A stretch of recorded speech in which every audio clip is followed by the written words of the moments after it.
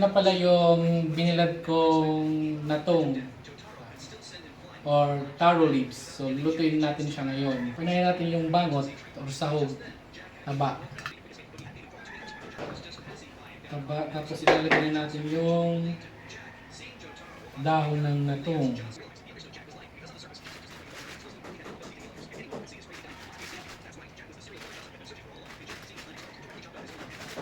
Buyod.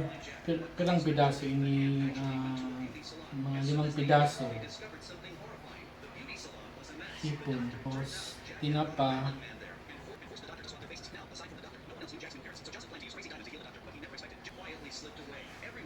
Luya. Bawang. Sibuyas. Tapos siling mahaba, 2 piraso, 18. Ang kilo niya, 400. Kaya 2 lang ang binakal ko. Pangalawang gata.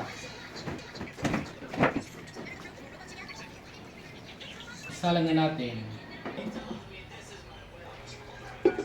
Kumulo na ang ating pakulaw na natong.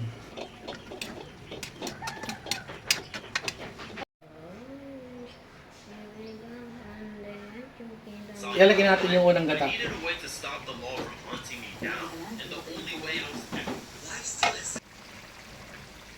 Lagyan ng asin. Kumandir ako.